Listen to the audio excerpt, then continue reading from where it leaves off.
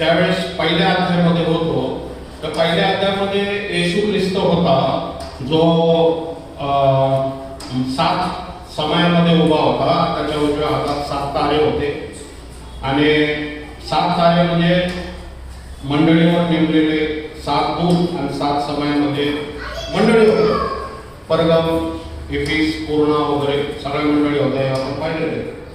आता योहान अजून त्या स्तरावरती, ज्या स्तरावरती तो होता पवित्र स्थानामध्ये. कारण जुन्या करारानुसार जे 7 समय जे असतात ह्या पवित्र स्थानामध्ये असतात. तर येशू ख्रिस्त 7 समयाच्या जागा येतील तर म्हणजे ते पवित्र स्थान आहे स्वर्गातलं. आता वचन त्याच्या पुढे जाणार आहे. आता पवित्र स्थान नाही, आता त्याच्या पुढे जाणार आहे वचन. तो त्याच ठिकाणी उभा आहे.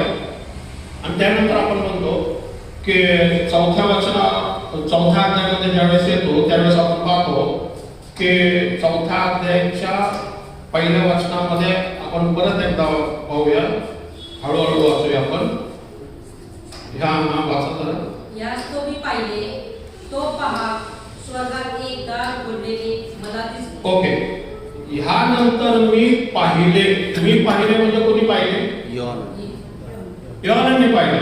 बरोबर आहे. अनेक लोक प्रकटीकरणाचं सांगत असताना म्हणतात की चौथा अध्याय हा रॅप्चर आहे.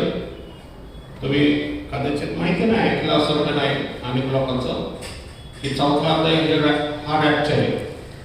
पण आपल्याला नीट समजून घेणं गरजेचं आहे की इथं ऍक्च्युली म्हणजे खरोखरी वाचनानुसार आपल्याला काय समजतंय हे आपण नीट पाहिल्यावर आपल्याला थोडंसं वेगळा अर्थ दिसतो इथं.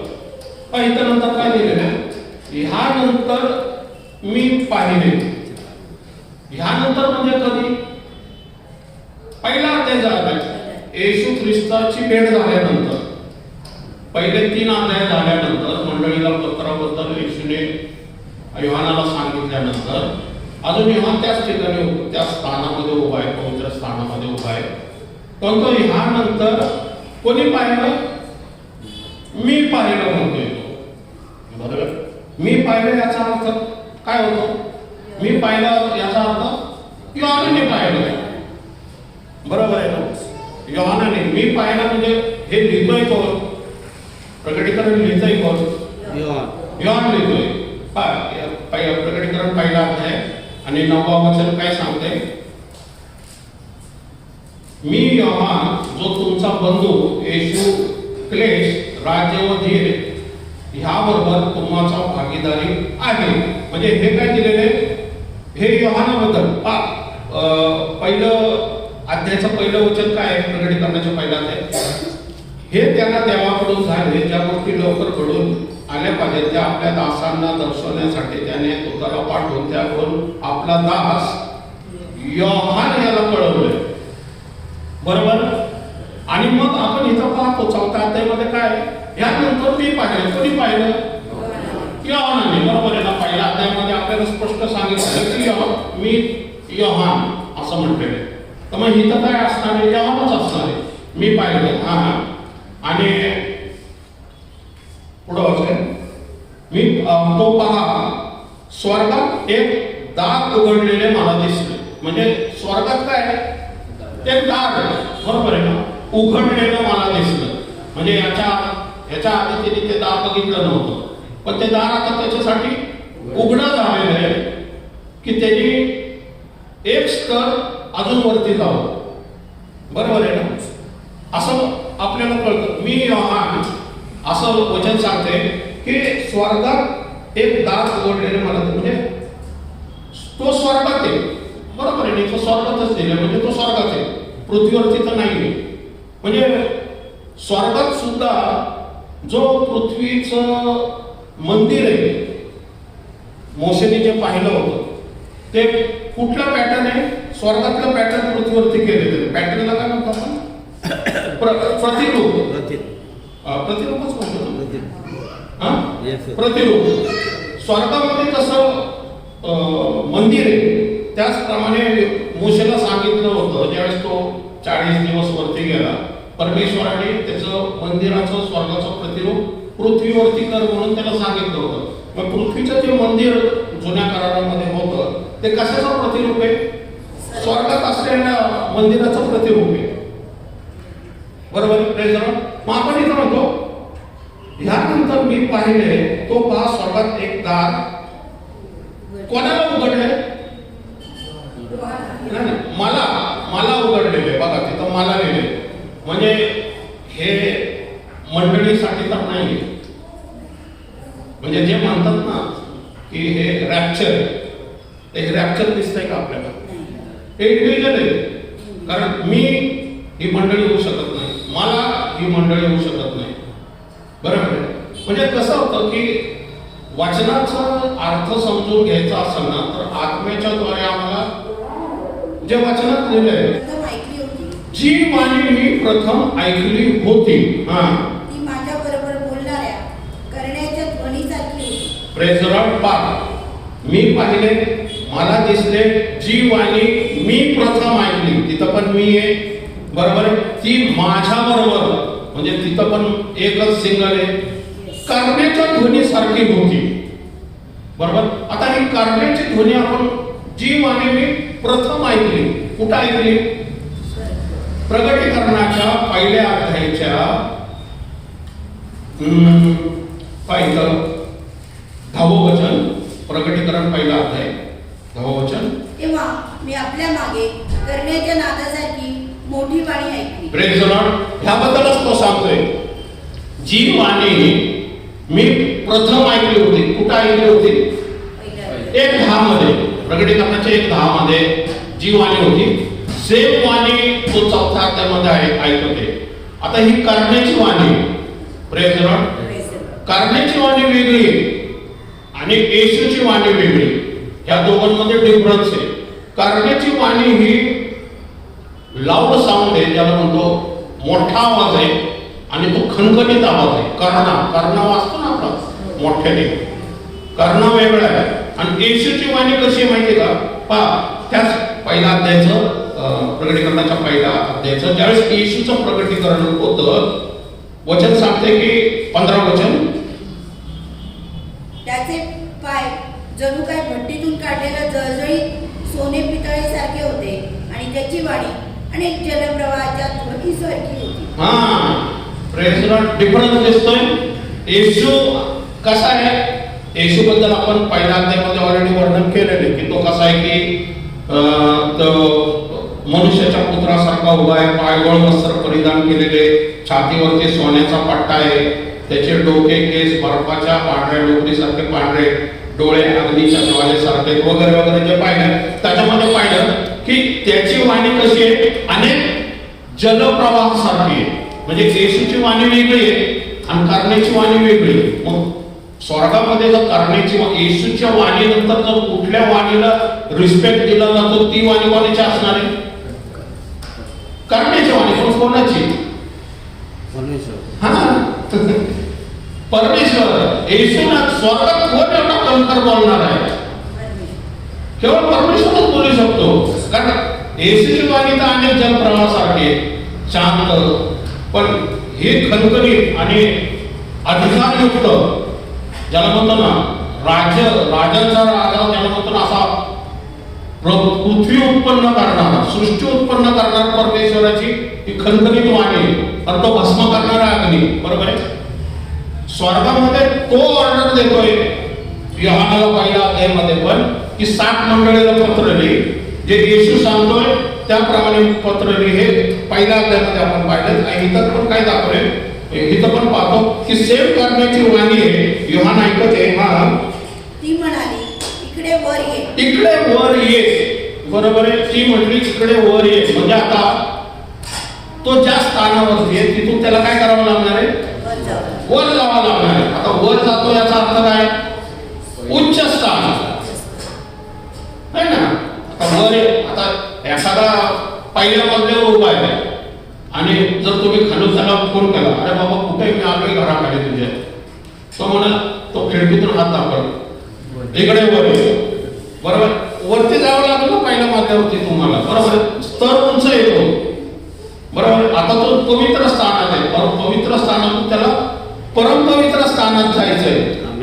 म्हणून तो काय म्हणतो, इकडे वर ये. बरोबर. म्हणजे परमेश्वर त्याला काय करण्याच्या वाणीने इकडं वर ये म्हणतोय. म्हणजे प्रेज द लॉर्ड. ज्या गोष्टी ह्या नंतर घडून आल्या पाहिजे त्या मी तुला दाखवेन. म्हणजे जे पुढची भविष्यवाणी जी आहे, 7 मंडळाची भविष्यवाणी ऑलरेडी येशूच्या पत्रामध्ये लिहून झालेली. ह्याच्या पुढची जी भविष्यवाणी आहे ती त्याला कुठं दिसणार आहे? परमपवित्र स्थानामध्ये. ह्यानंतर जे काही घडून आले पाहिजे त्या मी तुला दाखवेन. पण कुठं दाखवेन? परमपवित्र स्थानात दाखवेन. Praise the Lord. पण परमेश्वर परमपवित्र स्थानात बसतोय. Praise the Lord. बरोबर. आणि मग आपण पाहतो लागलाच मी आत्म्याने संचारित झालो. ती पहा, स्वर्गात राजासन मांडलेले होते आणि त्या राजासनावर कोणी एक बसलेला होता. Praise the Lord. वचन सांगते, लागलीच मी आत्म्याने संचालित झालो. एक तर तो पृथ्वीवरून आत्म्याने संचालित झाला होता. पहिल्या अध्यायामध्ये आपण पाहिलेले. पहिला अध्यायाचं प्रकटीकरणाचा पहिला अध्याय याचा 9वं वचन आणि 10वं वचन. मी योहान, जो तुमचा बंधू आणि येशूमधील क्लेश, राज्य व धीर यांचा तुम्हा बरोबर भागीदार आहे, तो मी देवाचे वचन व येशूविषयीची साक्ष यानंतर पात्म नावाच्या बेटात प्रभूच्या दिवशी पात्म नावाच्या बेटात होतो. म्हणजे पृथ्वीवरचं जे पात्म नावाचं बेट होतं त्यावेळेस तिथं तो कैद होता. प्रकटीकरणाच्या पहिल्या अध्यायाच्या 9व्या वचनामध्ये. प्रभूच्या दिवशी मी आत्म्याने संचालित झालो, तेव्हा मी आपल्या मागे करण्याच्या नादासारखी मोठी बाणी ऐकली. मी आत्म्याने संचालित झालो. म्हणजे पहिलं संचालित तो कुठून झालाय? पृथ्वीवरून स्वर्गामध्ये. आणि तिथं त्याला करण्याचे वाणी ऐकू आली. बरोबर. मग येशू ख्रिस्त आणि 7 मंडळीचं त्याने ऐकलं आणि त्याने 7 मंडळीबद्दल लिहून, म्हणजे येशूने त्याला 7 मंडळीबद्दल दिलेले. आता परमपवित्र स्थानामध्ये परत एकदा परमेश्वर त्याला म्हणतोय, इकडे वर ये. वचन सांगते. आता इथं आपण पाहतो की एकटाच येतो योहान, कारण इथं 7 वेळा असं दिले, मी पाहिले, स्वर्गात दार उघडलेले मला दिसले, मी प्रथम वाणी ऐकली होती, ती माझ्याबरोबर करण्यासाठी इकडं वर ये. वर ये म्हटल्यावर ती सिंगल येतो. यानंतर घडून आलं त्या मी तुला दाखवीन. म्हणजे तिथं पण सिंगल आहे. आणि मग आपण पाहतो आत्म्याने संचलित झाला. परत एकदा आता आत्म्याने संचलित झाला. कुठं? परमपवित्र स्थानातून, पवित्र स्थानातून परमपवित्र स्थानात. Praise the Lord. संचलित झाला म्हणजे आत्म्याने उचलला झाला. पवित्र आत्म्याने त्याला उचलून आता परमपवित्र. पहिल्यांदा प्रथमतः त्याला पृथ्वीवरून स्वर्गात आणलं पवित्र स्थानामध्ये. आता पवित्र स्थानामधून परमपवित्र स्थानामध्ये परमेश्वराच्या समोर आणलं. परमेश्वराच्या समोर कशाला आणलं त्याला? की ह्यानंतर जे काही पृथ्वीवरती घडून येणार आहे, जी भविष्यवाणी होणार आहे, प्रेज द लॉर्ड, ते मी तुला दाखवीन. पण कुठं? परमपवित्र स्थानात मी दाखवेन. तो पहा, स्वर्गात राजासन मांडलेले होते आणि त्या राजासनावर कोणी एक बसलेला होता. स्वर्गात राजासन मांडली होती. Praise the Lord. म्हणजे स्वर्गात परमपवित्र स्थानामध्ये काय आहे? परमेश्वराचं सिंहासन आहे आणि त्याच्यामध्ये राजासन आहे. Praise the Lord. आणि अशा ठिकाणी परमपवित्र स्थान आहे. Praise the Lord. मग हे जे परमपवित्र स्थान आहे, ह्या परमपवित्र स्थानामध्ये जे पृथ्वीचं जे परमपवित्र स्थान, या स्वर्गाचं जे परमपवित्र मनन करत असताना परमेश्वराने काय आत्म्याने काही गोष्टी दाखवल्या ते आपण पाहूया. आज आत्म्याच्या द्वारे आपण पाहूया की हिब्रू करारपत्र. आता आपण मंदिराबद्दल पाहणार आहोत. जे जुने कराराचं मंदिर होतं जुन्या करारामध्ये, ओके, आणि जे आता नवे हे स्वर्गातलं जे मंदिर आहे ना, ह्यामध्ये येशू ख्रिस्ताचे जे प्रगटीकरण आहे, येशू ख्रिस्ताबद्दल हे थोडं आपण समजून घेऊया, हे आपण पाहूया. हिब्री करारपत्र याचा 9वा अध्याय. आपण प्रगटीकरणामध्येच आहोत, प्रगटीकरण सोडून जाणार नाहीये, पण प्रगटीकरणामध्ये जे मंदिर आहे याचं जे रेव्होल्युशन आहे, या त्याला म्हणतो ना आपण रेव्होल्युशनला म्हणतो प्रगटीकरण. हे प्रगटीकरण आपण पाहणार आहोत. हिब्री करारपत्र याचा 9वा अध्याय आणि पहिलं वचन. पहिल्या करारातही उपासनेचे विधी होते व ते पवित्र स्थान होते, पण ते पृथ्वीवरचे होते. पहिल्या करारातलं म्हणजे जुन्या करारातलं जे पवित्र स्थान होतं ते कुठलं होतं? पृथ्वीवरचं होतं असं म्हटलेलं आहे. बरोबर आहे. आपण डिफरन्स समजून घेणार आहोत की पृथ्वीवरचं पवित्र स्थान आणि स्वर्गाचं परमपवित्र स्थान, या पवित्र स्थान, आणि ह्यामध्ये येशूचा रोल काय आहे, येशूचं प्रगटीकरण काय ना, हे थोडं आपण समजून घे. गोष्ट डीप आहे, पण ज्यावेळेस आपल्याला मी काय तुम्हाला प्रगटीकरणामधून दाखवायचा प्रयत्न करतो ना, जसं आपण मागच्या वेळेस पाहिलं होतं की शब्दाबद्दल आपण बघितलं होतं, तर शब्द केवढा अमर्यादित, म्हणजे शब्द हा प्रारंभीचा पण प्रारंभी, आपल्या विचार कल्पनेच्या आधी प्रारंभीचा तो शब्द आहे येशूचा जन्म, जो परमेश्वरामधून झाला, याबद्दल मागच्या वेळेस शिकलो होतो आपण. आता मंदिराबद्दल थोडं शिकू, कारण जुना करार नवीन करारामध्ये काही जे हे जे रहस्य आहे ना, हे आम्हाला समजून घेणं गरजेचं आहे. वचन काय सांगते आपल्याला की पहिल्या कराराचं उपासनेचं विधी होते व पवित्र स्थान होते, पण ते कुठलं होतं? पृथ्वीवरचं होतं. Praise the Lord. ओके. म्हणजे त्या विधी म्हणजे काय? नियम म्हणा, सण म्हणा, रूढी परंपरा म्हणा, जे जुन्या कराराचे सगळे नियम जे होते, आज्ञा होत्या त्या परमेश्वराचे, हे कसे होते? जुन्या करारामध्ये होते. ओके. पण त्याचं पॅटर्न काय होतं? मंदिर हे होतं. ओके.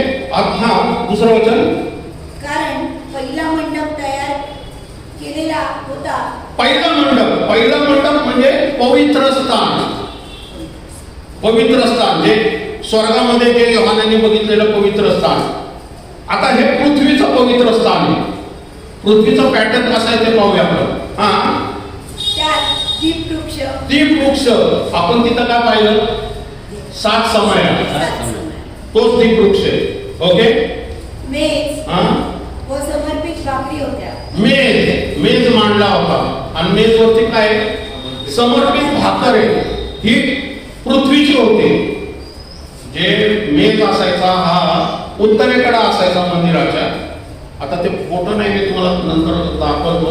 उत्तरेकडे मेज असायचा, त्याच्यावरती त्या मेजवरती आपण पाहत होतो समर्पित भाकर होती आणि जे ज्याला म्हणतो जे इसेन्स म्हणतो आपण, या धूप जे जाळायचे ना, त्याचे सगळे पदार्थ मांडलेले असायचे तिथं.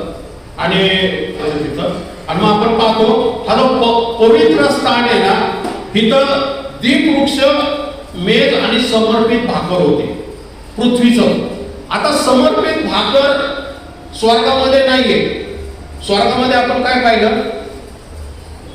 7 समया पाहिल्या आणि येशू 7 मंडळांमध्ये उभे असलेला पाहिल्या. मग समर्पित भाकर स्वर्गातली कुठे गेली? येशू स्वतः समर्पित भाकर आहे. हे येशूचं प्रगटीकरण आहे जुन्या करारामध्ये. तो म्हणला की माझं शरीर काय आहे? तुमच्यासाठी मोडलं जातं, ही भाकर आहे. आपण प्रभू वचन मध्ये घेतो भाकर. Praise the Lord. हे पॅटर्न आहे तो वरच्या स्वर्गाचा.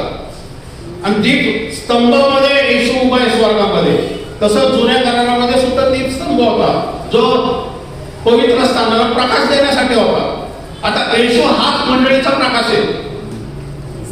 Praise the Lord. बरोबर. योहान तेच बघत आहे स्वर्गामध्ये. एक योहान सांगते हा जो जे 7 मंडळ आहे, 20 पूर्ण वगैरे, ह्यामध्ये येशू उभा आहे. Praise the Lord. आता मंदिरामध्ये दीपस्तंभ उभारायची गरज नाहीये. का माहिती का? तर येशू स्वतःच मंडळीचं दीपस्तंभ आहे. Praise the Lord. तोच प्रकाश आहे आमचा. बरोबर. ह्या चर्चमध्ये कसला प्रकाश आहे? हा ट्यूबलाईटचा प्रकाश हा नाही, येशू हा खरा हा प्रकाश आहे. Praise Lord. हा फिजिकल प्रकाश आहे आम्हाला दिसावं म्हणून. Praise Lord. पण आमच्या अंतःकरणात कुठला प्रकाश चमकलाय? येशू. Praise Lord. तेच आपण इथं पाहते. जुन्या करारात नवीन करारामध्ये डिफरन्स काय? हा समर्पणाला मंडप होता ज्याच्यामध्ये समर्पित भाकर आणि मेज होता. हा तिसरं वचन.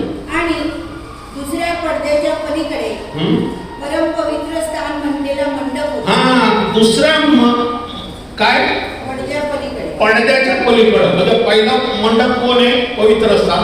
दुसरा मंडप काय? परम पवित्र स्थान. इकडे वर ये. कधी तुम्हाला व्यवहाराला म्हणले इकडे वर ये, म्हणजे तो परम पवित्र स्थान आहे. त्याच्यामध्ये पडदा आहे. Praise Lord. पण तो पडदा येशूच्या मध्यस्थीमुळे क्रूस थांबल्यानंतर मंदिरातला पडदा फाटला गेला. Praise Lord. आणि येशूवरती विश्वास ठेवणारा जो योहान, जो पृथ्वीवरचा देवाचा साधा सेवक आहे, आत्मेने संचलित तो स्वर्गात गेला पवित्र स्थानात. आणि आता पडदा फाटल्यामुळे पृथ्वीचा परम पवित्र स्थानात येशूच्या मध्यस्थीमुळे पृथ्वीच्या नाही तर स्वर्गाच्या परम पवित्र स्थानामध्ये गेला की परमेश्वर जे दाखवणार आहे ते पाहण्यासाठी. येशूच्या रक्तामुळं, येशूच्या शरीराची असलेल्या भाकरीमुळं त्याला ते सामर्थ्य प्राप्त झालं. त्याच्यामध्ये ती नीतिमत्ता, पवित्रता प्राप्त झाली की तो स्वर्गाच्या परम पवित्र स्थानामध्ये जाऊ शकला. का माहिती का? तर येशूच्या मध्यस्थीमुळे तो पडदा फाटला गेला. त्यामुळे आमचं डायरेक्ट आता कॉन्टॅक्ट कुठे आहे माहिती का? स्वर्गाच्या परम पवित्र स्थानामध्ये. बा हे प्रगटीकरणामध्ये लिहिलेले हे पाहण्यासाठी आम्हाला पवित्र आत्म्याने ज्ञानाने दिलेले डोळ्याने बघायचे आपल्याला. कारण इथं जे आपण रेव्होल्युशन शिकतोय हे आपण का शिकतोय माहिती का? प्रगटीकरण का शिकतोय माहिती का? प्रगटीकरण म्हणजे ज्ञान आहे जे परमेश्वराने तुमच्या माझ्यासाठी स्वर्गीय स्थानामध्ये का व्यवस्था केलेली. आमचं जे प्रार्थना आहे आमची उपस्थिती प्रार्थनेच्या द्वारे डायरेक्ट आपण परमेश्वराच्या परम पवित्र स्थानामध्ये जाऊ शकतो हे योहान इथं दाखवते. ज्यावेळेस आपण इथं प्रार्थना करतो त्यावेळेस आमच्या मध्यस्थीची प्रार्थना येणार देवदूतामार्फत परमेश्वराच्या परम पवित्र स्थानात जाती आणि परमेश्वर ती प्रार्थना ऐकतो. कारण योहानला ऍक्सेस आहे. ऍक्सेसला काय म्हणतो?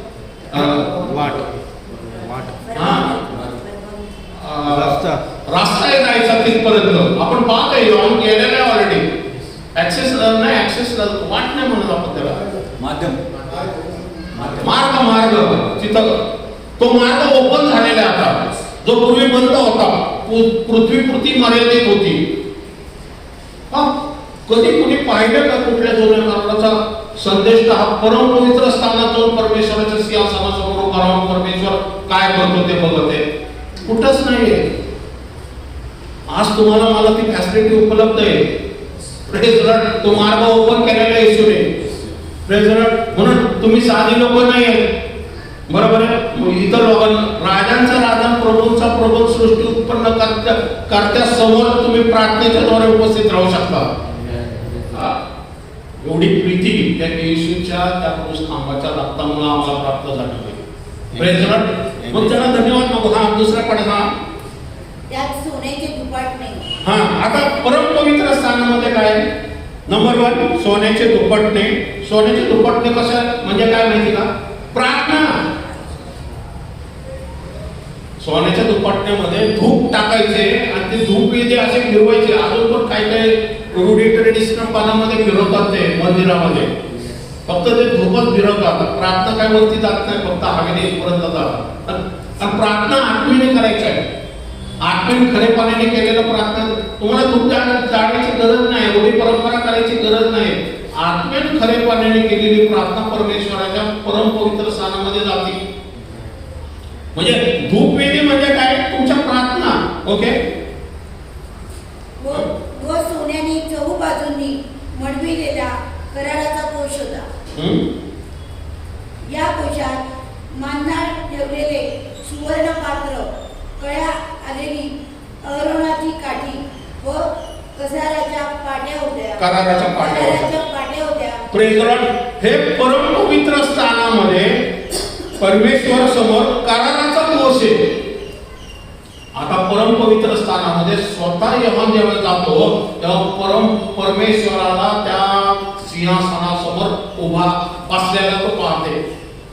Praise the Lord. हे परम पवित्र स्थानामध्ये तिथे एंट्री झालेली. ओके, आपण जाऊया पुढं 5 वचन. आणि त्याच्यावरचे गौरवशाली करुबीम दयासनावर छाया करीत होते. ओके, ते त्याच्यावरती जे झाकण होतं त्या दयासनावरती ते जे त्याला म्हणतो ना पाठ कोस जो होता ना त्या कोशावरती एक झाकण होतं. त्याच्यावरती 2 करुबीन असे हात करून थांबलेले त्या कव्हर करत होते. ओके, त्याच्यामध्ये काय होतं? नंबर 1 आपण पाहतो अहरोनाची काठी ठेवण्यात आली होती, सुवर्ण पात्र ठेवण्यात आलं होतं, त्याच्यामध्ये मन्ना ठेवलेलं होतं आणि कराराच्या धारण्याच्या पाट्या होत्या त्या परमेश्वराने त्या सिनाय पर्वतावरती दिल्या होत्या त्या. ओके, आपण पुढे जाऊया 6 वचन. आणि त्याच्यावरचे गौरवशाली करुबीम दयासन छाया करीत होते. याविषयी आता सविस्तर सांगत नाही.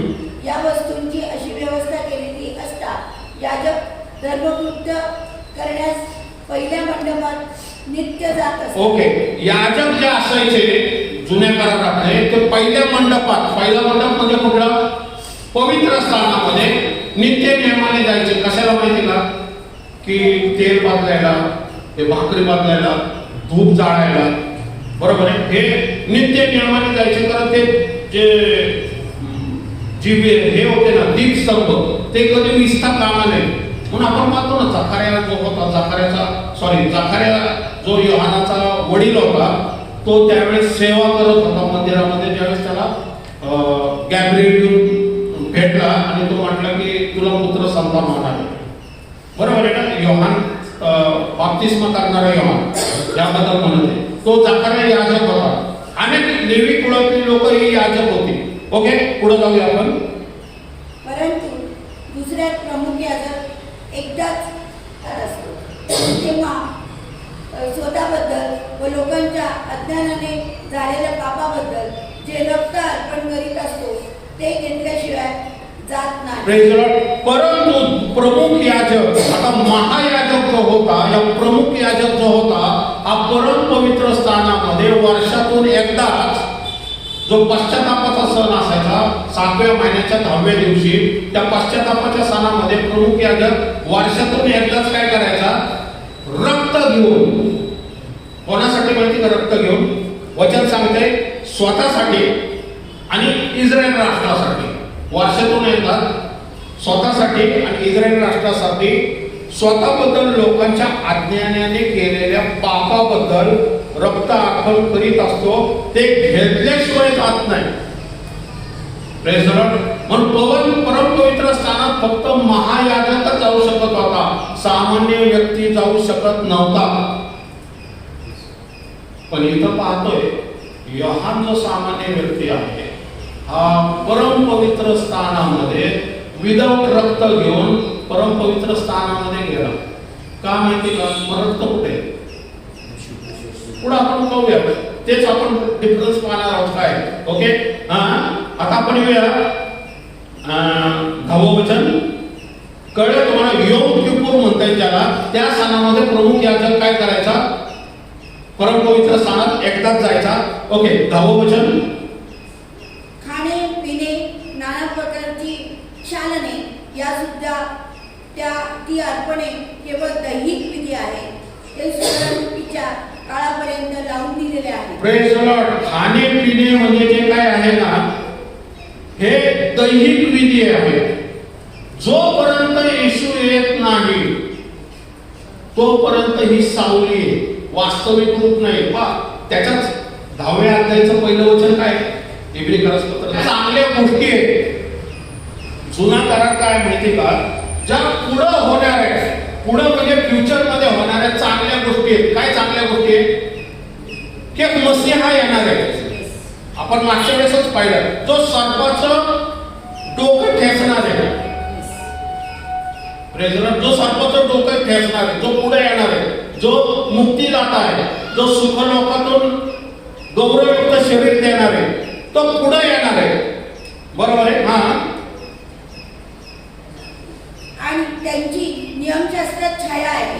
नियमशास्त्र काय आहे की छाया आहे. छाया, छाया म्हणजे सावली, वास्तविक रूप नाही असं पुढे दिलेलं आहे बघा. वास्तविक स्वरूप नाही. स्वरूप, वास्तविक स्वरूप नाहीये. छाया याचा अर्थ काय? मी इथं असा हात करतोय तर माझी छाया दिसते. म्हणजे काय दिसते? सावली. आता बाहेर गेलं तर उन्हातून आपल्याला काय दिसतं? सावली दिसते. पण सावली जी आहे तो मी आहे का? मी कोण आहे? वास्तविक स्वरूप आहे. ती काय आहे? माझी सावली आहे. Praise Lord. म्हणजे जुना करार काय आहे? सावली आहे. कोणाची सावली आहे? येशूची सावली आहे. जुना करार हा येशूची सावली आहे, वास्तविक स्वरूप नाहीये. मग वास्तव सावली का ठेवलेली आहे? खाणे पिणे नाना प्रकारची शालेने, नववचन 1:9-10 मध्ये खाणे पिणे नाना प्रकारची शालेने म्हणजे विधी म्हणा, या मेमोरियल सर्व्हिस म्हणा, सण पाळणं म्हणा, नियम पाळणं म्हणा, हे काय माहिती का? हे अर्पण ही दैहिक विधी आहे. देहानी करायची विधी आहे. देहानी करायचं कार्य आहे. ओके. ते सुधारणुकीच्या काळापर्यंत लावून दिलेले. म्हणजे जोपर्यंत वास्तविक स्वरूप येत नाही तोपर्यंत तुम्हाला करावं लागणार आहे. का माहिती का? की तुम्ही ज्यावेळेस येशू येईल, हे बघा, ज्यावेळेस येशू येईल ना तुम्हाला कळेल हाच तो आहे ज्याचं आपण पालन करत आहोत. कळते तुम्हाला? हाच पासवर पोखरा आहे, या हाच वलांडणाचा पोखरा आहे ज्याचा आपण सण पाळत आहोत. तर येशू आला, आपण कसं ओळखणार हाच वलांडणाचा पोखरा आहे? बरोबर आहे. जर आपण पाळलेच नाही तर आपण कसं ओळखणार? बरोबर आहे. कसं हाच वलांडणाचा पोखरा आहे. त्यांना ते लावून दिलेले काय विधी आहेत. जोपर्यंत तो येईल आणि ते पूर्ण करेल ना त्यावेळेस विश्वासाने त्याचा स्वीकार करायचा. नाही कळलं? ज्यावेळेस सावली ही वास्तविक येईल, नीट बघा, सावली ही वास्तविक येईल, येशू त्यावेळेस वास्तविक येईल, त्यावेळेस कृती करायची नाही, अर्पण करायचं नाही, विधी करायचे नाही, सण पाळायचे नाही, विश्वासाने फक्त त्याला स्वीकार करायचा. तो तुमचा झाला. कृतीची गरज नाहीये.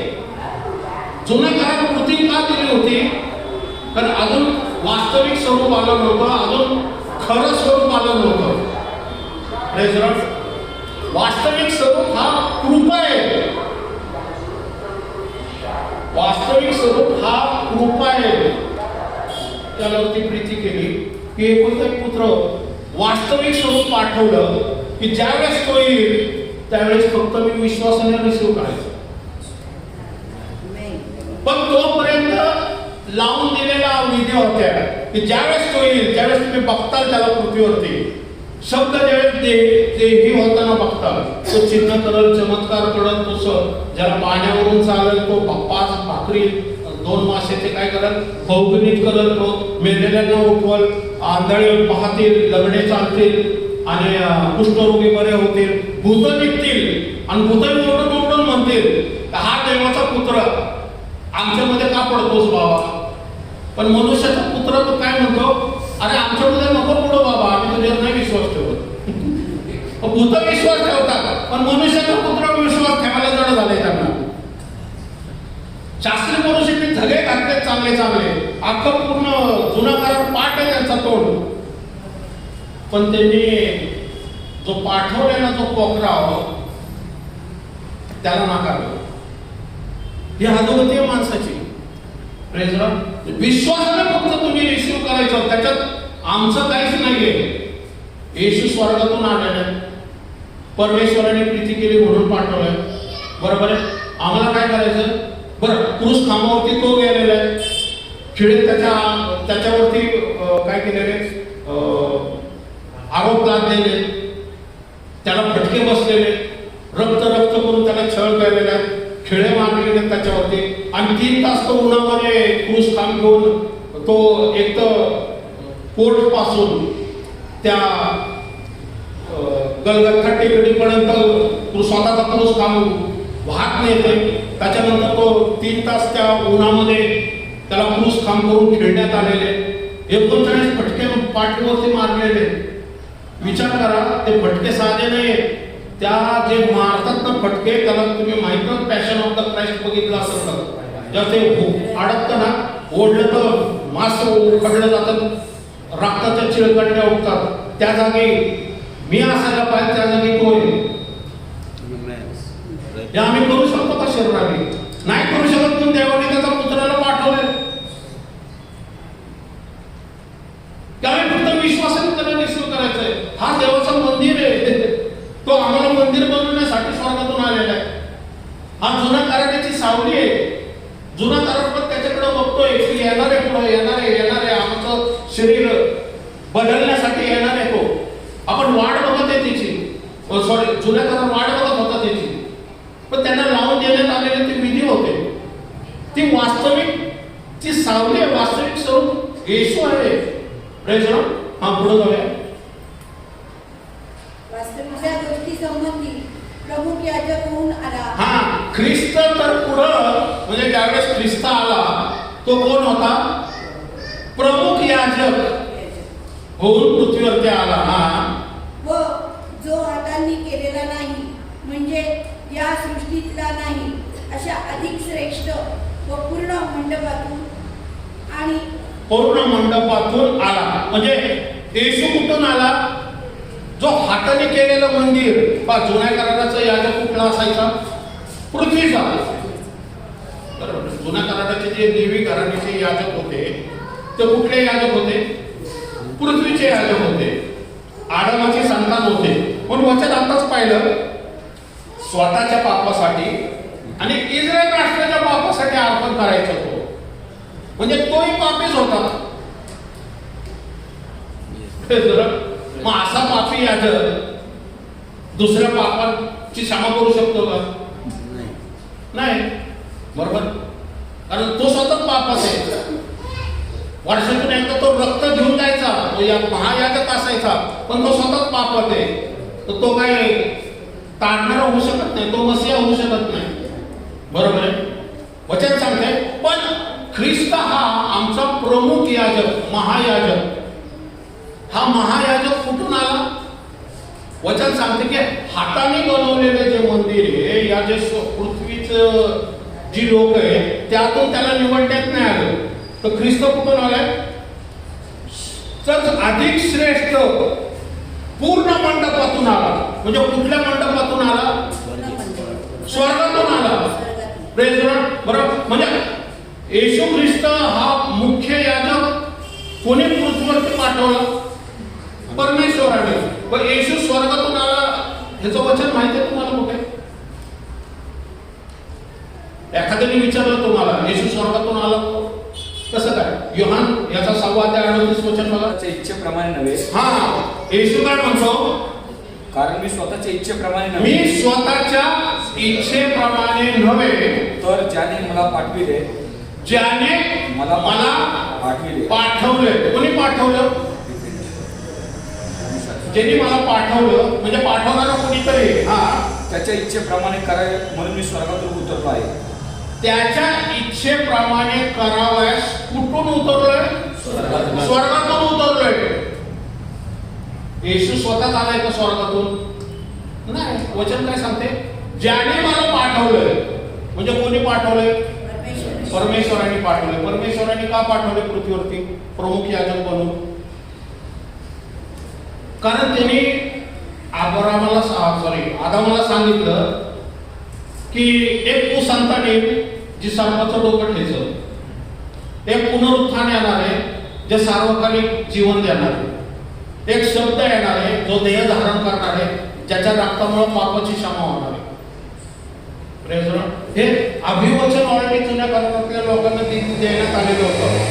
जे मंदिर होतं त्यामध्ये ते विधी का त्यांना देण्यात आले होते की जो येणार आहे, जो स्वर्गातून येणार आहे, तो हे सगळं पूर्ण करणार. म्हणून तो प्रमुख याजक म्हणून तिथे दिले. प्रमुख याजक म्हणजे प्रमुख याजक कुठून आले? पूर्ण मंडपातून. पूर्ण मंडप म्हणजे कुठून? स्वर्गातून. अर्थात प्रकटीकरणामध्ये बघितलं ना, पवित्र स्थान बघितलं आपण, परम पवित्र स्थान बघितलं, म्हणजे तो स्वर्गातून आलेला आहे. हा पृथ्वीचा याजक नाहीये, हा स्वर्गातून का आलेला आहे? पहा, जुन्या करारातला याजक जो होता हा स्वतःचं रक्त नव्हतं, त्याचं प्राण्याचं रक्त स्वतःच्या पापासाठी आणि मंडळीच्या पापासाठी अर्पण करायचा, मग त्यांच्या पापाची क्षमा होत होती. बरोबर. पण प्राणी आणि बैलाचं रक्त, या कोकऱ्याचं रक्त जे होतं ते मंडळीला पुनरुत्थान करण्यास असमर्थ होतं. कारण का माहिती का? कारण तो प्राणी आणि जे कोकरे हे फक्त शरीर आणि जीव आहे, त्यांच्यामध्ये आत्मा नाही.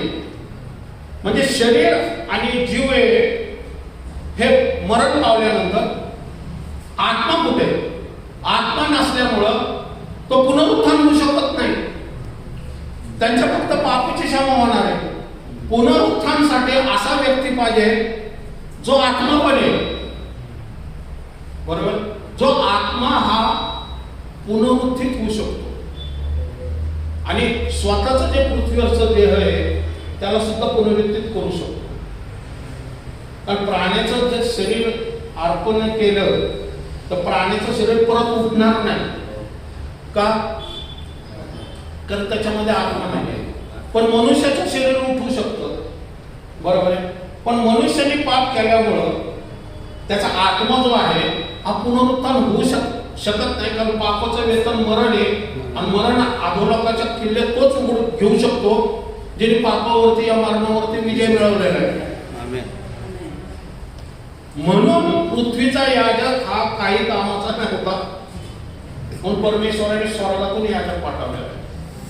प्रारंभी जो शब्द होता त्याला पृथ्वीवरती पाठवण्यात आले. की का माहिती का? तुमच्या माझ्या मध्यस्थीसाठी. म्हणून वचन सांगताय. हा पुढं आता ओके, हा याजक कशाला आलाय? आता 37 मध्ये बघितलं, त्याची इच्छा योजना पूर्ण करण्यासाठी. परमेश्वराने काय पाठवले त्याला? की माझी इच्छा योजना पूर्ण कर. ओके, आपण जाऊया 12 वचन, इब्रिकास पत्र 9 अध्याय 12 वचन. आणि बकरे व वासरे यांचे नव्हे तर स्वतःचे रक्त अर्पण करून एकदाच परमपवित्र स्थानात गेला व त्याने सार्वकालिक मुक्ती मिळवली. हा जो महायाजक आहे त्यांनी बकरे वासरे यांचे नव्हे तर कोणाचे रक्त दिलं? स्वतःचे रक्त दिलं अर्पण करून. एकदाच कुठे गेला तो? परम पवित्र स्थानात गेला आणि सार्वकालिक मुक्ती मिळाली. तो रक्त कुठून घेऊन गेला? जुन्या काळाचे याजक असायचे ते परम पवित्र स्थानात जायचे आणि रक्त शिंपडायचे परम पवित्र स्थानासाठी, मग त्यांच्या पापाची क्षमा व्हायची. पण हा जो प्रमुख याजक होता हा जेव्हा पुनरुत्थान झाला, हा येशू त्यावेळेस मरण पावला, त्यावेळेस त्याचं जे रक्त होतं ना हे देवदूतांनी एकत्र गोळा केलं आणि ज्यावेळेस तो म्हटला ना पुनरुत्थान झाल्यावरती, मी अजून पित्याकडे गेलो नाही. कोणाला म्हटलं? तो मरिया त्याला त्याच्या जवळ आली होती त्यावेळेस, माझा प्रभू म्हणत मला स्पर्श करू नको कारण अजून मी पित्याकडे गेलेलो नाही. म्हणजे 3 दिवस तो कुठं होता? सुखलोकात होता. मग पित्याकडे कशाला जायचं त्याला? की जो रक्ताचा कटोरा आहे ना तो घेऊन पित्यासमोर जाणार आहे. पृथ्वीचा नाही, स्वर्गाच्या पवित्र. वचन सांगताना पहा, कारण स्वतःचे रक्त अर्पण करून एकदाच परम पवित्र स्थानात गेला आणि सार्वकालिक मुक्ती मिळवली. म्हणजे त्यांनी तो स्वतःचं रक्त घेऊन परमेश्वराच्या पवित्र स्थानामध्ये स्वर्गात जिथं योहान गेलाय ना तिथं ते जाऊन रक्त दाखवलं परमेश्वराला, परमेश्वरा हे माझं मध्यस्थीचं रक्त अर्पण केलं. हे तुझ्यासमोर मी अर्पण करत आहे. आणि आता जे काही पृथ्वीवरची जी जुना करार आहे आणि आता जो नवीन करार आहे ना त्यांना मुक्ती दिली. तर पापाची तर क्षमा झाली, पण वचन सांगते की सार्वकालिक मुक्ती मिळालेली आहे. म्हणजे पुनरुत्थानाचं सामर्थ्य पण आम्हाला प्राप्त झालेलं आहे. Praise the Lord. हा 13 वचन. कारण बकऱ्याचे व बैलाचे रक्त आणि कालवडीची राख ही अशुद्ध झालेल्यावर शिंपडल्याने जर देहाची शुद्धी होईल इतके पवित्र करतात. हा बैलाचे जुन्या करारातले बकऱ्याचे बैलाचे कालवडीची राख ही अशुद्ध केल्यावर शिंपडल्याने देहाची शुद्धी करेपर्यंत जर पवित्र आहे. तर सार्वकालिक आत्म्याच्या योगे ज्याने निष्कलंक अशा स्वतःस देवाला अर्पण केले त्या ख्रिस्ताचे रक्त.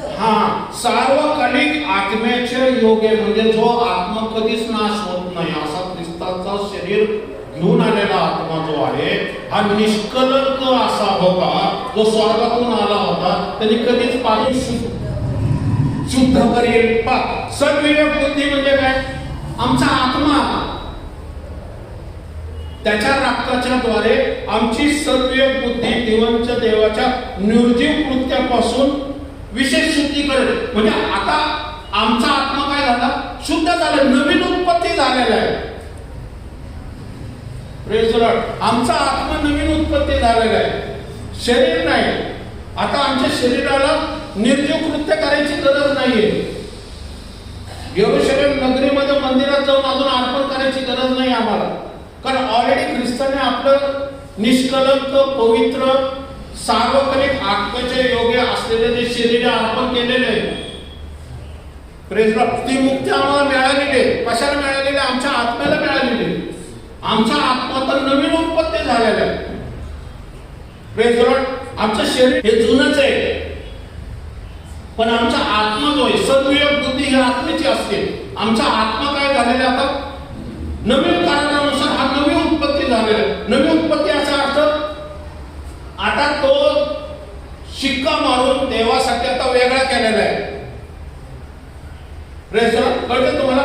आता आमचा जे शरीर आहे हे मरणाकडे चाललेले आहे, पण आमचा आत्मा स्वर्गाकडे चाललेला. सार्वकालिक मुक्ती आत्म्याला मिळालेली आहे. कारण येशू आत्म्याने पुनरुत्थान झालेला आहे. त्याच आत्म्याने पुनरुत्थान झाला ज्या आत्म्याने तो सुखलोकात गेला होता. तिथून तो वरती आला, त्याला गौरवयुक्त शरीर प्राप्त. तिचं जे बॉडी होती त्याच्यामध्ये पवित्र आत्म्याने त्याला गौरवयुक्त शरीर दिलं. पवित्र आत्म्याच्या द्वारे तो स्वर्गात उचलला गेला. रक्त त्याने अर्पण केलं आणि त्याच्या रक्ताच्या अर्पणामुळं पृथ्वीवरचे जे जुन्या करारातले लोक होते त्यांचं तो पुनरुत्थान झालं. पण आमच्यासाठी काय आहे की आमचा आत्मा आता काय केलेला आहे? शिक्का मारून वेगळा करण्यात आलेला आहे. कसला शिक्का? पवित्र आत्म्याचा शिक्का. Praise the Lord. आता हे डीप जात नाही, आता ते हेवी बिलकुल ओके. आत्मा आमचा वेगळा करण्यात आलेला आहे, एवढं लक्षात ठेवा फक्त. पुढं मध्यस्थी ह्या करता झाला की पहिल्या कराराच्या खाली उल्लंघनापासून, उल्लंघन म्हणजे पापाच्या अधीन असलेल्यांना खंडीने भरून प्राप्त केलेली मुक्ती होण्यासाठी पृथ्वी म्हणजे येशू ख्रिस्त कुठून आला? जुना करार संपला आणि नवीन करार सुरू झाला. पण जुन्या कराराच्या एंडला आला, तो शेवटी आला. शेवटी काय आला माहिती का? की नंबर 1 की जे जुन्या करारातल्यांना अभिवचन देण्यात आलं होतं की इसाकाऐवजी मी अडका देणार, त्या सापाचं डोकं ठेचणारे पाठवणारे. यशायाला सुद्धा भविष्यवाणी देण्यात आली होती. यशया 53 मध्ये दिले की आमचे व्याधी त्याने आपल्यावरती घेतले, आमचे क्लेश त्याने वाहिले. हे जुन्या काळातल्या लोकांना सांगितलंय की भविष्यवाणी हे मृत्यूपत्र आहे त्याचं. नीट लक्षात घ्या, येशू ख्रिस्ताचं हे मृत्यूपत्र लिहिलेलं आहे. सर्प हा सर्पाचं डोकं ठेचल, पण सर्प ह्याचा काय करेल? टाचेचा चावा घेणं. टाचेचा चावा घेण्याचा अर्थ मृत्यू पावणार आहे तो. म्हणजे मृत्यूपत्र लिहिलेले परमेश्वराने मृत्यूपत्र लिहिलेले ते. पुढचं ओके 2 मिनिटं तिथे यशाच्या इथं 2 मिनिटं थांबा. 16 वचन अंमलात येते, कारण मृत्यू करता यात आहे तोपर्यंत हयात कधी अंमलात अंमलात यावयाचे नाही. मृत्यूपत्र जर केलं तर मृत्यूपत्राला काय पाहिजे? त्या मृत्यू करता एखाद्या व्यक्ती मरण पावला तर मृत्यूपत्र अंमलात येणार ना. तो चांगला धडधाकट आहे, तो कशाला प्रॉपर्टी देईल तुम्हाला? लोक वाट बघतात कधी जात कधी. बरोबर मृत्यूपत्र करतात ना. ओके मृत्यूपत्र मृत्यू सिद्ध होणं आवश्यक आहे. ओके मृत्यूपत्र अंमलात कधी येतं माहिती का? मृत्यू झाल्यावरती. बरोबर आहे. म्हणजे वचन सांगते 15 वचन, उल्लंघनापासून खंडणी करून प्राप्त केलेली मुक्ती होण्यासाठी मृत्यू झाल्याने सार्वकालिक वारसेचे अभिवचन पाचारण झालेल्यांना मिळावे. कोणाला पाचारण? सार्वकालिक अभिवचन. अभिवचन म्हणजे भविष्याचं अभिवचन कोणाला मिळालं होतं? जुन्या करारातल्या लोकांना. की एक संतान येणार आहे जी सर्पाचं डोकं ठेचल, पण त्याला काय करावं लागेल? तो सर्प काय करेल? चावा घेईल, म्हणजे मृत्यू होणार आहे तो. अब्रामाला काय सांगितलं? मी एडका देणार आहे इसाकासाठी. बरोबर आहे. यशाला काय सांगितलेलं आता? यशाला आताच आपण पाहिलं 4:6 यशा 53 4:6 हे मृत्यूपत्र आहे. येशूचं मृत्यूपत्र परमेश्वराने दिलेलं आहे.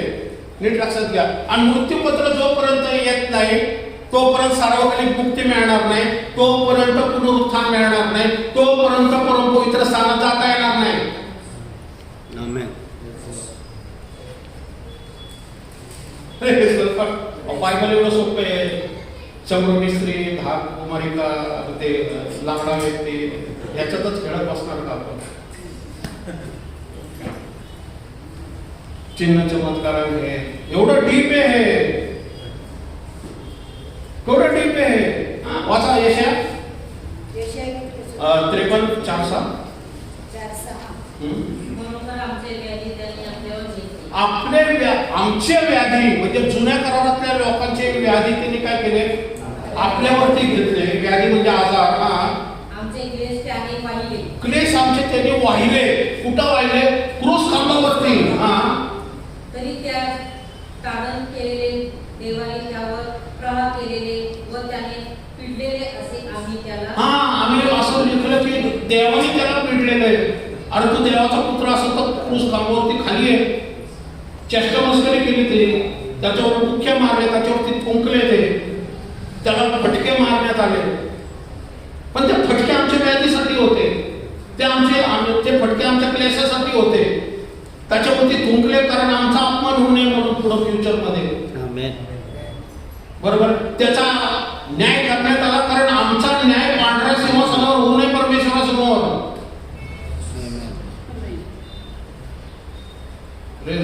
एक न्याय होणार आहे, पण आमचा न्याय पांढऱ्या सिंहासनासमोर नाही होणार आहे.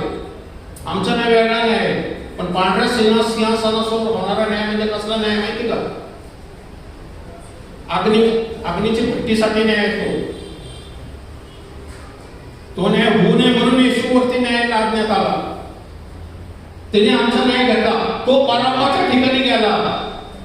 आपण मागच्या वेळेस सांगितलं, कारण आपण बराबा आहे, राजा जातो बराबा आहे, म्हणून आमच्या ठिकाणी तो गेला. तो क्रूस खांब त्याचा नव्हता. तो माझा क्रूस खांब होता, तो तुमचा क्रूस खांब होता, तो जगाचा क्रूस खांब होता, तो जुन्या करारातल्या आदामापासून असलेल्या सर्व मानव जातीचा क्रूस खांब होता. त्याचा मृत्यू होणं गरजेचं होतं, कारण मृत्यूपत्रात लिहिलेलं आहे यशायाने, परमेश्वराने दिले. परमेश्वराचं वचन खरे पाहिले असता तो आमच्या अपराधामुळे घायल झाला. तो आमच्या अपराधामुळे घायल झाला. माझ्या अपराधामुळे, तुमच्या अपराधामुळे, आदमाच्या अपराधामुळे घायल झाला. आमच्या दुष्कर्मामुळे ठेचला गेला. त्याला ठेचण्यात आलं. बरोबर आहे. आम्हा शांती देणारी अशी शिक्षा त्यास झाली. आम्हा शांती देणारी शिक्षा त्याला झाली की आम्हाला शांती मिळावी. कसली शांती? देवाची. परमेश्वरान मानवाबरोबर असलेली शांती, स्वर्ग पृथ्वीची असलेली शांती. स्वर्ग परमपवित्र स्थानामध्ये आणि पृथ्वीवरच्या मानवाच्या आत्म्यामध्ये असलेला जो मार्ग आहे तो त्यांनी ओपन केला. Praise the Lord. पुढे त्यास बसलेल्या फटक्यांनी आम्हाला आरोग्य प्राप्त प्रेज द झाले. लॉर्ड. त्याला बसलेल्या फटक्याने आम्हाला आरोग्य प्राप्त झाले. आज तुम्ही आजारी आहे का? तर वचनानुसार तुम्हाला आता आरोग्य मिळणार आहे. आंधळी पडले होतं, कल्लती चालत होते. का माहिती का? की येशू करणार होता पुढं. तो म्हटला ना त्या घरातून त्याने त्या छापरावरून त्या पक्षपातीला खाली सोडले आणि तो म्हटला तुझ्या पापाची क्षमा झालेली. तर शास्त्री पुरुष लगेच म्हटले हा दुर्भाषण करतोय, पापाची क्षमा करणारा कोण आहे? हा काय देव आहे का? पण ब्युटी काय माहिती का? तो जरी म्हटला पापाची क्षमा झालेली आहे आणि दुसऱ्या वेळेस तो पक्षघाती मनुष्य उठून चालायला आला, याचा अर्थ देव पण ऍग्री आहे ना त्याच्या पापाची क्षमामध्ये. कसं? कारण तो सावली आहे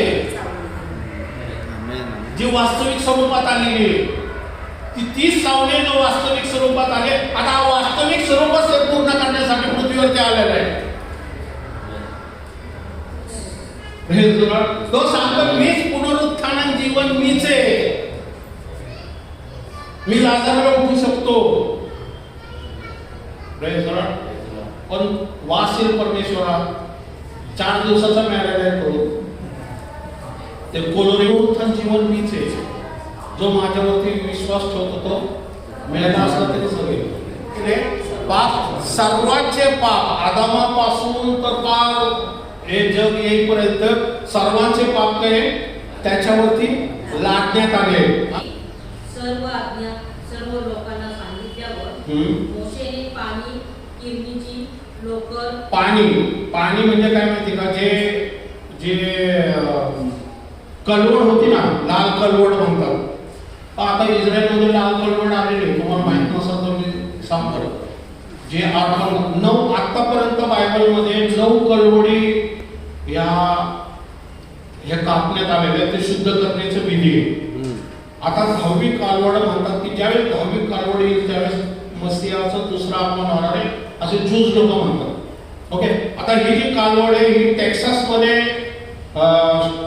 एक ख्रिश्चन व्यक्तीने रिसर्च करून ही कलवड तांबडी कलवड जी आहे ना पृथ्वीवरून नाहीशी झाली होती. पण टेक्सासमध्ये त्यांनी रिसर्च करून या आत्म्याच्या सानिध्यात माहित नाही काय त्यांनी या 5 कलवडी अशा तांबड्या कलवडी तयार केल्या. म्हणजे जन्म झाला त्याच्यामधल्या 30 कलवडी 3 कलवडी जे आहेत ना ते इस्रायलमध्ये आणले. 3 कलवडी डिस्क्वालिफाय झाल्या. म्हणजे ज्यावेळेस कलवडी वाढतात ना त्यावेळेस त्यांना पांढरी केस येतात. ती पांढरी केस त्यांना रिजेक्ट केलं जातं.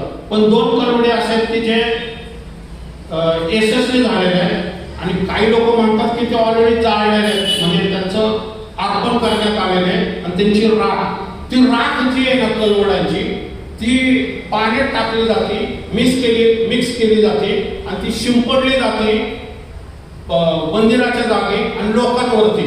ह्याबद्दल म्हटलेलं आहे तिथं. ओके, ती ऑलरेडी आता म्हटलेले की ते आता ते सिक्रेट आहे. त्या 2 कलवडी जर राख त्यांच्याकडे आहे तर कलवडीला जाळून त्याची जी राख होती ना ती राख पाण्यामध्ये मिक्स करून त्याला लोकांवरती शुद्धीकरणाचं शिंपडण्याचं तो विधी आहे. ते जर झालं तर आता त्यांच्याकडे कलवडीचं पाणी रेडी आहे समजायचं.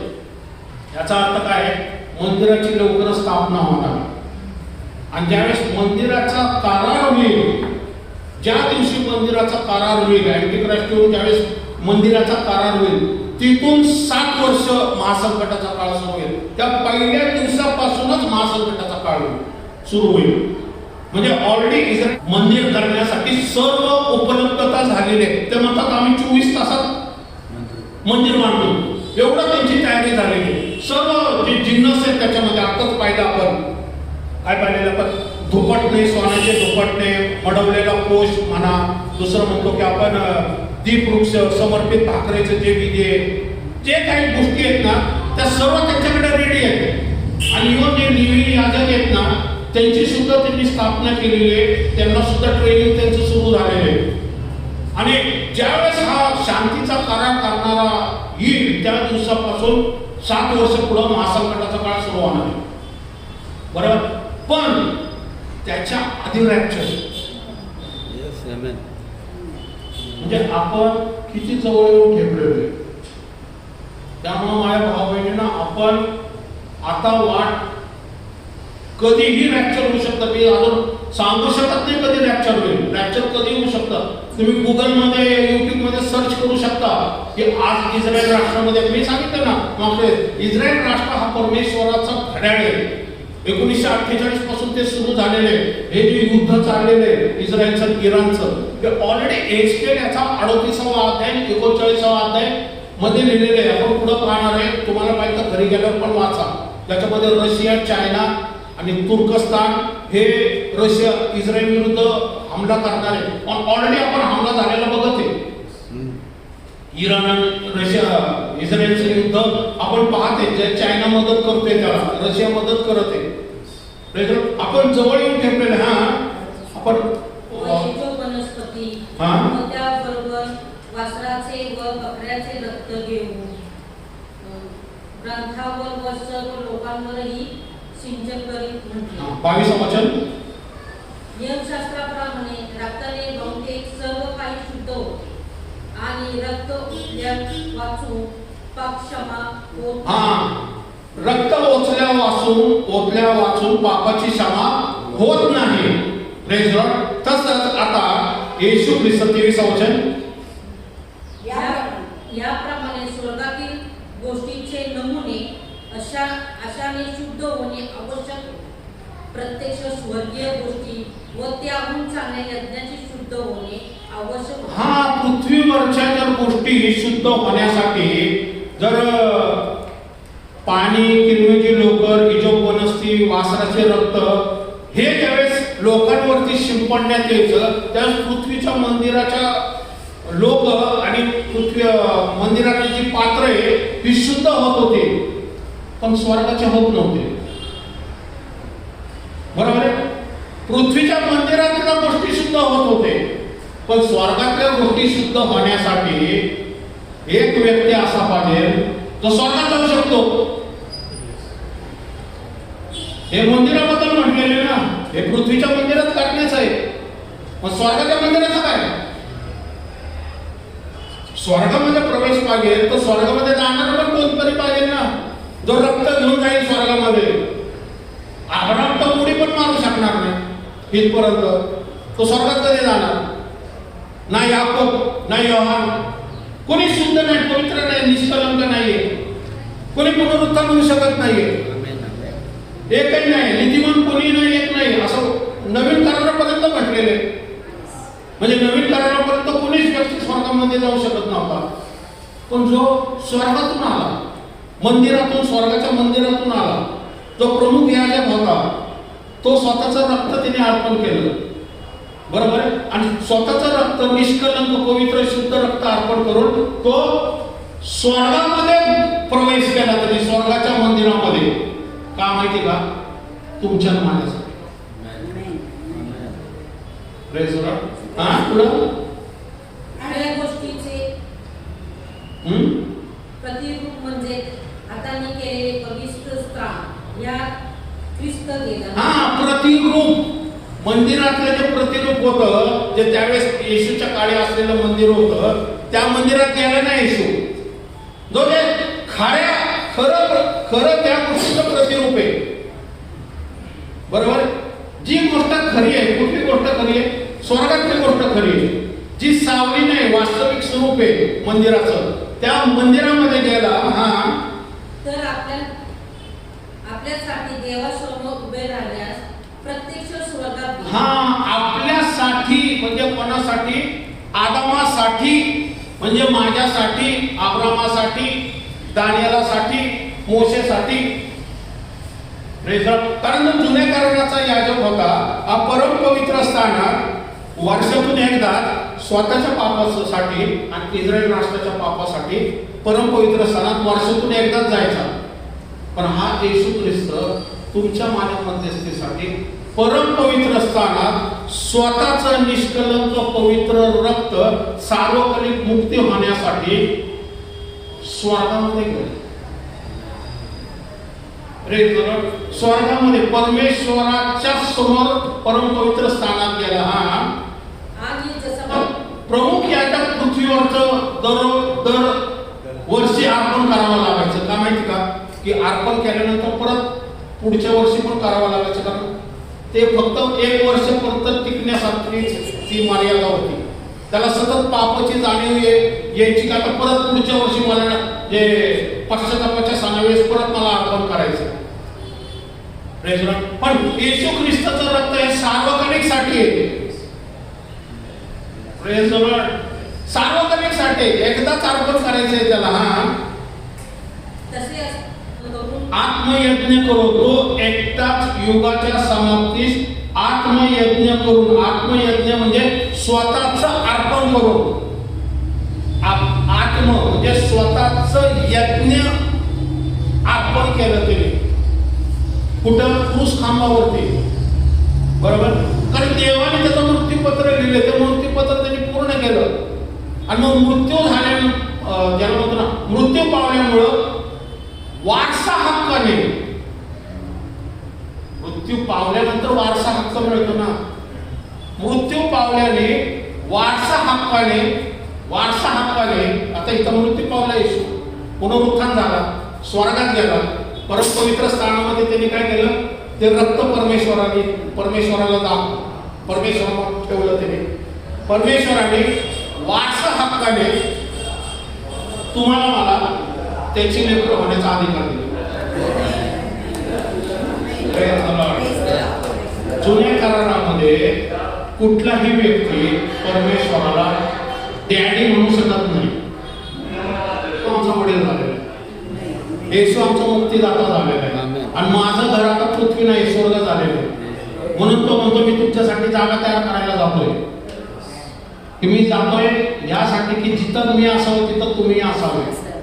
आणि तो परत येणार आहे. मी पुन्हा येईल. त्या अर्थी माणसांना एकदा मरणे व त्यानंतर न्याय होणे नेमून ठेवले आहे. पण ज्या अर्थी माणसांना सांगूया आपण एकदाच मरणे, प्रत्येक माणसाला एकदाच मरायचे. हा वचन सांगते येतं.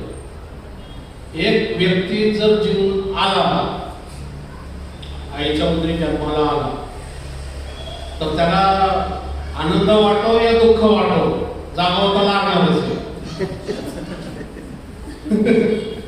बरोबर आहे ना. अरे मी खूप उपाय की असं म्हणतात बरोबर. तुला आनंद वाटो का दुःख वाटो, तुला का उत्पन्न केलं माहिती का? की स्वर्गीय राज्यामध्ये तुझा प्रवेश व्हावा. त्या येशूने आपलं मौल्यवान रक्त क्रूस खांबावरती तुझ्यासाठी यासाठी वाहिलं की तू देवाचा लेकरू बनावं. तुझा डीएनए आता चेंज होणार आहे. आपला डीएनए ऑलरेडी चेंज झाला आहे. बरोबर. जे परमेश्वराचं ते येशूचं ते आता तुमचं माझं झालंय. Praise the Lord. येशूचा अधिकार तो माझा अधिकार, येशूचं सामर्थ्य ते माझं सामर्थ्य, येशूचं कडून असलेलं आरोग्य ते माझं, येशूची धनसंपत्ती ती माझी धनसंपत्ती, येशूची शांती ती माझी शांती, येशूचा आनंद तो माझा आनंद झाला. येशूमध्ये जो पवित्र आत्मा तोच माझ्यामध्ये राहते. येशू ज्या मी त्याला आबा बाप्पा म्हणतो त्याला पण मी आबा बाप्पा म्हणतो. तुमच्या माझ्या मध्यस्थीसाठी सार्वकालिक मुक्ती होण्यासाठीच त्यांनी हा जो पडदा आहे. जुन्या करारामध्ये कुणी परमेश्वराला वडील म्हणू शकत नव्हतं. आज आपण डायरेक्ट परमेश्वराला आबा बाप्पा वडील म्हणून हाक मारू शकतो, डॅडी म्हणू शकतो, हक्काने त्याच्याकडे मागू शकतो. वचन सांगते ज्याने येशूवरती विश्वास ठेवलेला आहे त्याने आपली लेकरं होण्याचा अधिकार दिलेला आहे. वचन इथं सांगते की ज्या अर्थी माणसांना एकदाच मरण आहे, म्हणजे मनुष्य हा कावळा, माकड, उंदीर, वाघ, सिंह बनत नाही. बरोबर आहे ना. एकदाच मरण आहे असं लिहिलेलं आहे. बरोबर. हा एकदाच मरण आहे. हा व त्यानंतर त्यानंतर त्याला न्याय नेमून दिलेले आहे. मरणानंतर काय? न्याय. ज्याला म्हणतो ना रहस्य काय, या ब्युटी काय का, की जीवनाच्या सुरुवातीस ज्यावेळेस आम्हाला येशू तारणारा म्हणून समजतो आणि ज्यावेळेस आम्ही येशूचा विश्वासाने स्वीकार करतो ना, त्यावेळेसच आमचा स्वर्गात प्रवेश होतो. आम्हाला न्यायामध्ये थांबण्याची गरज नाहीये. आम्ही येशूचा तारणारा म्हणून स्वीकार केला ना की न्यायापासून आम्ही दूर होणार आहे. पुढचं वचन सुंदर आहे बघा काय दिलेले. त्या अर्थी ख्रिस्त पुष्कळांची पापे स्वतःवर घेण्यासाठी एकदाच अर्पीला गेले. हा, ख्रिस्त अनेक लोकांची पाप घेण्यासाठी एकदाच अर्पीला गेलेला आहे. कोणाची? तुमची. आता तुमची पापाची क्षमा झालेली आहे का नाही? झाली का नाही? बरोबर. म्हणजे ख्रिस्त आमच्या पापासाठी एकदाच अर्पण्यात आलेले आहे. हा, आणि जे त्याची वाट पाहतात, जे त्याची वाट पाहतात. कोण वाट पाहतं? तुम्ही मी वाट पाहत आहोत. बरोबर. जे त्याची वाट पाहतात, या ज्यांनी ख्रिस्ताला तारणारा म्हणून स्वीकार केलेला आहे, या जो आमच्यासाठी मध्यस्थी म्हणून परम पवित्र स्थानात गेलेला होता आणि ज्यांनी रक्तामुळे आमच्यासाठी परम पवित्र स्थानाचा दरवाजा उघडलाय. आणि योहान प्रकटीकरणामध्ये सरळ इकडं वर ये परमेश्वर अधिकारवाणीने त्याला म्हणतो, लेकराप्रमाणे म्हणतो इकडं वर ये, कारण जे काही मला करायचंय ना ते मला का दाखवायचं माहिती का? कारण तू माझा पुत्र आहे.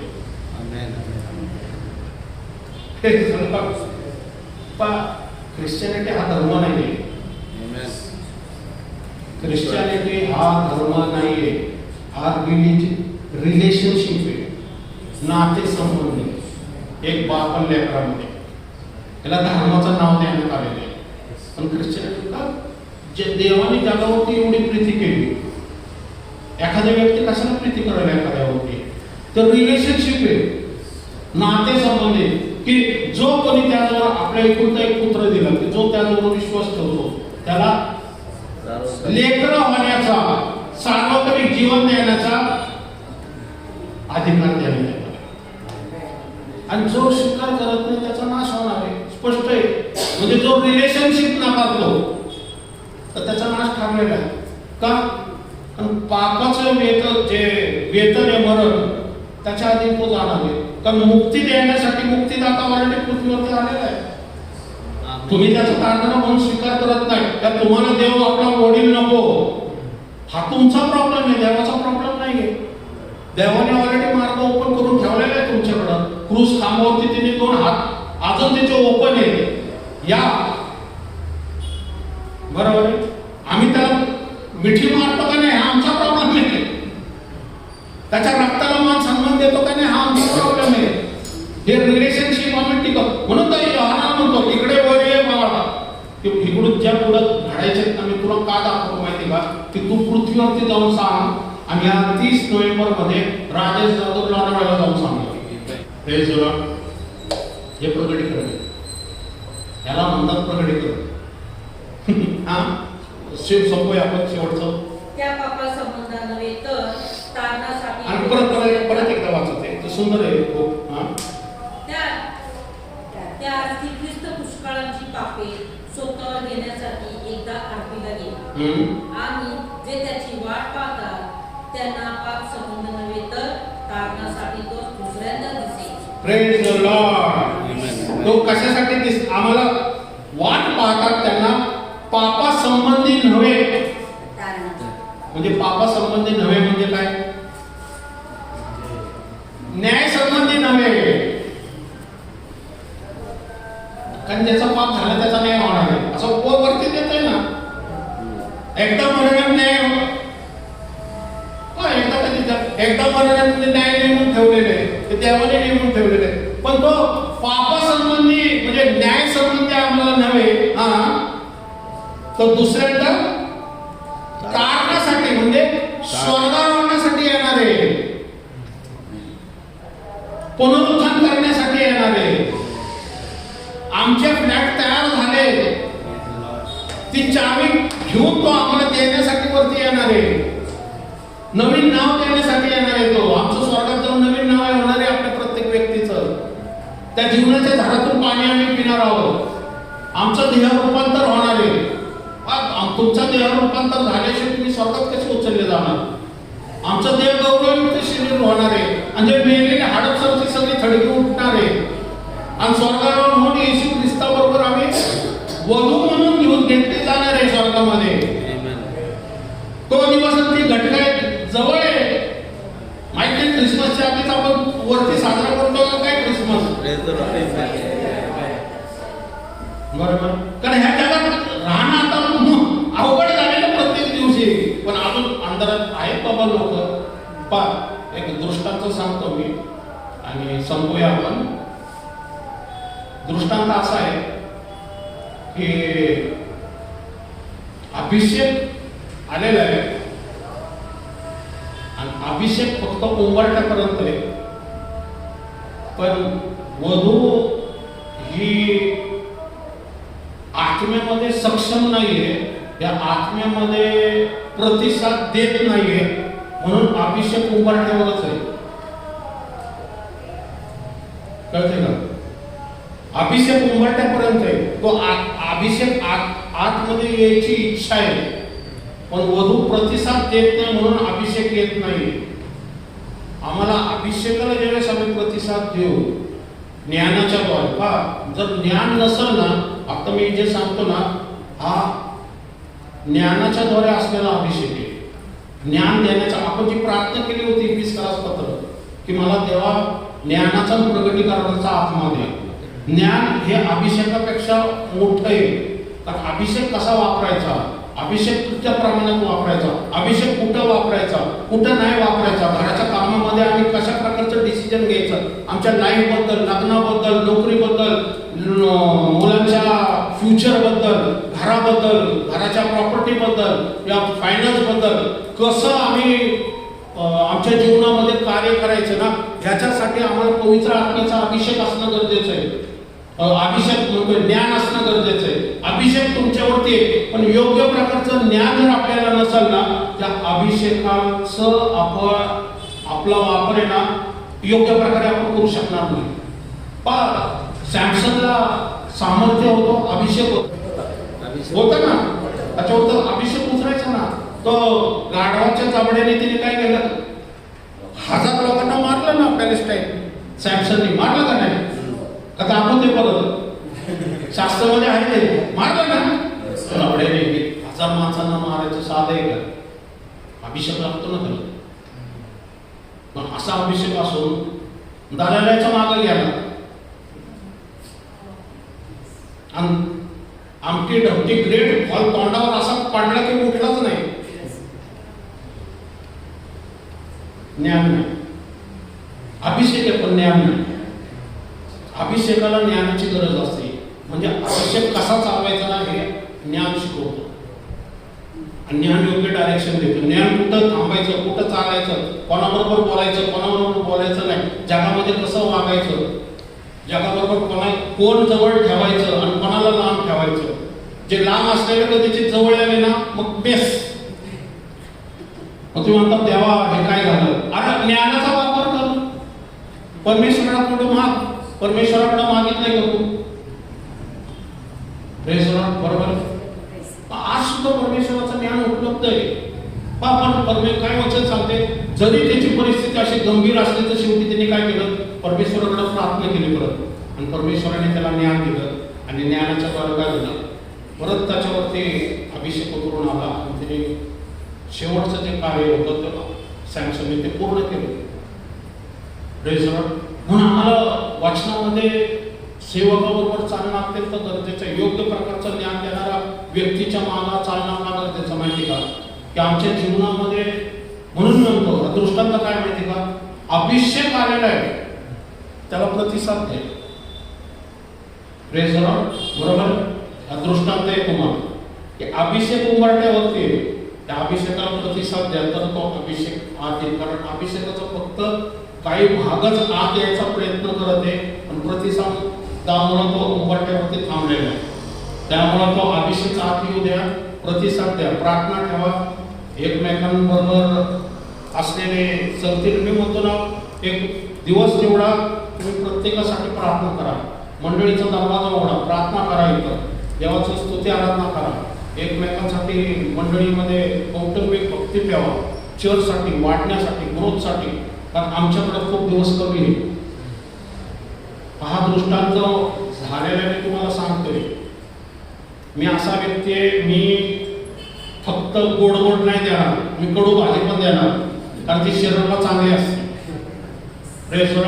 आता चांगला मानना दिलेला आहे. आता काय मानना जो आहे हा आम्हाला का ऐकणं गरजेचं माहिती का, की सावध सतर्क राहा, जागरूक राहा. का माहिती का, की येणाऱ्या काळामध्ये ना परिस्थिती कठीण होणार आहे. पण काळजी करू नका, देव तुमच्या बरोबर आहे, येशू आमच्या बरोबर आहे. परमपवित्र स्थानाचा दरवाजा उघडा झालेला आहे. परमेश्वर तुम्हाला वचनाद्वारे आशीर्वादित करो.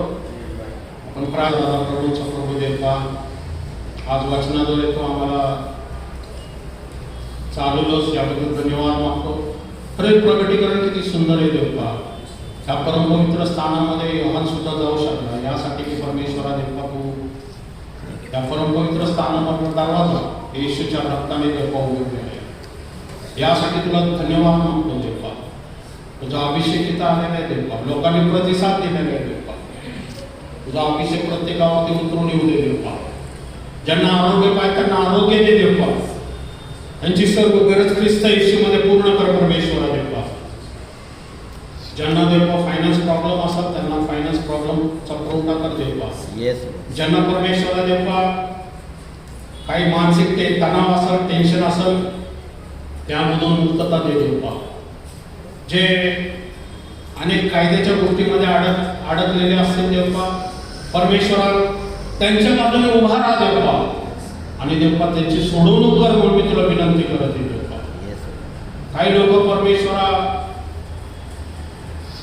न कळत परमेश्वरा काही गोष्टीमध्ये गुरफटलेले देवा, त्यांना नको आहे देवा, पण त्यांच्यावरती ते लादण्यात आलेले. परमेश्वर आम्ही विनंती करते, आज तुझे देवदूत तिथं पाठव आणि परमेश्वरा त्यांना त्या त्रासातून, बंधनातून, कायद्याच्या काचाटीतून सोडव देवा येशूच्या नावात. आणि त्यांना देवा शांतीमध्ये, आनंदामध्ये चालण्यासाठी सहाय्य कर, मदत कर देवा. त्या मंडळीला वाढव, मंडळीला मोठं कर देवा. तुझा अभिषेक देवा आतमध्ये उतरून येऊ दे परमेश्वर. आज मंडळीसाठी मी प्रार्थना करत आहे देवा, त्यांची गरज ख्रिस्त येशूमध्ये पूर्ण कर देवा. अभिषेकाला प्रतिसाद द्या परमेश्वर. बोलता माझ्या अभिषेकाला प्रतिसाद द्या. प्रार्थना करा, वचन वाचा, मंदिर उघडं ठेवून परमेश्वराची स्तुती आराधना करा. परमेश्वरासाठी दरवाजे उघडा. परमेश्वराचे मंदिरामध्ये नित्य जे आपण म्हणतो स्तुती आराधनेचा यज्ञ समर्पित करा. ती धूप वेदी थांबू देऊ नका तुम्ही, ती जळत राहू दे. जे दिवे आहेत, दीप वेदी ती जळत ठेवा मंदिरामध्ये. तुमच्या वचनाद्वारे, प्रार्थनेद्वारे, स्तुती आराधनेद्वारे जळत ठेवा ती. परमेश्वराचा अभिषेक आजपर्यंत येऊ दे. इथून पुढच्या वेळा आम्ही तुझ्या हातात देते देवा. मागणी कल्पना यापेक्षा अधिक देणारा परमेश्वर आहे. येशूच्या नावात मागतो. आमेन.